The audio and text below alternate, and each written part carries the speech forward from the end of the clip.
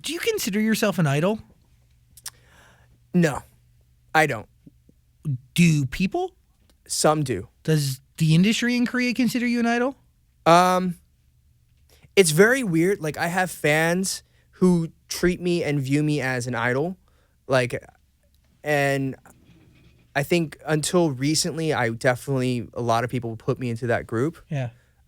Only because I was doing the amount of work and the schedules that any other idol was doing, which are just killer schedules. How do you define idol?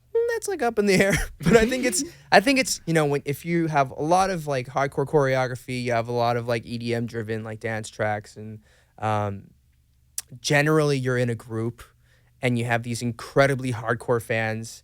But I have a little bit of everything in there into my sets and into my brand, and that's probably why some people can construe it as an idol. Totally. Yeah. You were also on that show with Solar.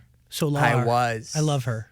Do you know her? Oh yeah, Mama Moo was here. Oh really? I didn't know that. Was she the one that was sick when they were here? No, we did. I was on her YouTube channel. Oh, that's right. Oh, you were on her vlog thing? Yeah. Oh, okay, cool. It's one of my biggest, most shiny moments, Eric. Now I gotta look it up. By the way, you make a very good point about having to go to Korea to get a break, to get an opportunity. Yeah. It's about to be the opposite here in America. And it's because of the K-pop movement. Right. The competition is fierce. And every record label right now either has a K-pop group that are working with that are out of Korea. Right. Or they're trying to build their own. Right. It's going to be wild. We're about to go from the opposite of the Sahara Desert to like a freaking monsoon. Yeah. I'm excited. But do you consider yourself a K-pop artist? I think it's a tricky question. Because yes, I am a K-pop artist, right? I started in K-pop. I've been in K-pop for 7-8 years now, and I don't think it's ever going to be possible for me to say I'm not a K-pop artist. But what I'm trying to do in the States is just be a pop artist, just American pop artist. And that's where it's like things get a little like weird. But at the same time, I'm like, does it really matter? No.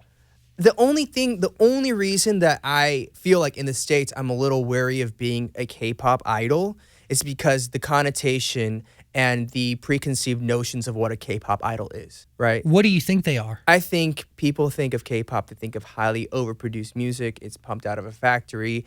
People don't have rights. They're not writing their own music. They're told what to do. Do you think that's true or false? I think there are pockets of truth in it. I think there are groups that definitely are that way, but for as many that are that way, there are just as many that are the complete antithesis and the counter movement towards that.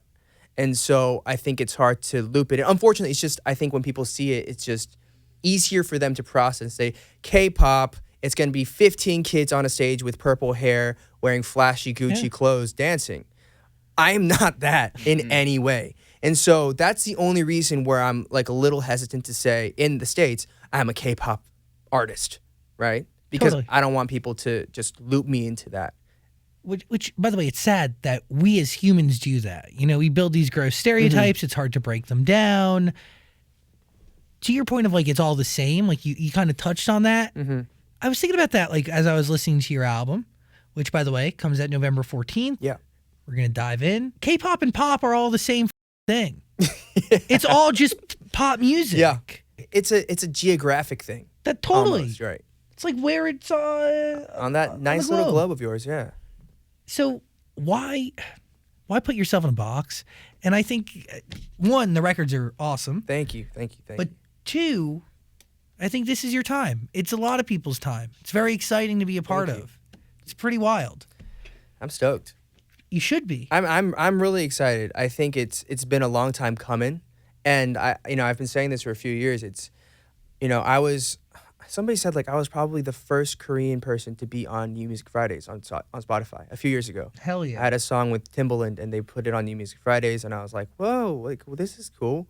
Like, people were starting to listen to like new songs that I was doing. They got into the a song I did with Gallant and Tableau called Cave Me In, and like so it's record. been like coming, like we've been building towards doing like things in English, and so my fans and the people around the world aren't like taken aback by like, what are you trying to do, like, but it's whether I'll become like as successful or whatever your definition of successful K-pop or pop star is, like I don't know if I'll be able to do it here, but what's most important to me is that I'm able to take part in a movement that really pushes the envelope forward for representation and for diversity and inclusion when it comes to music and general audiences.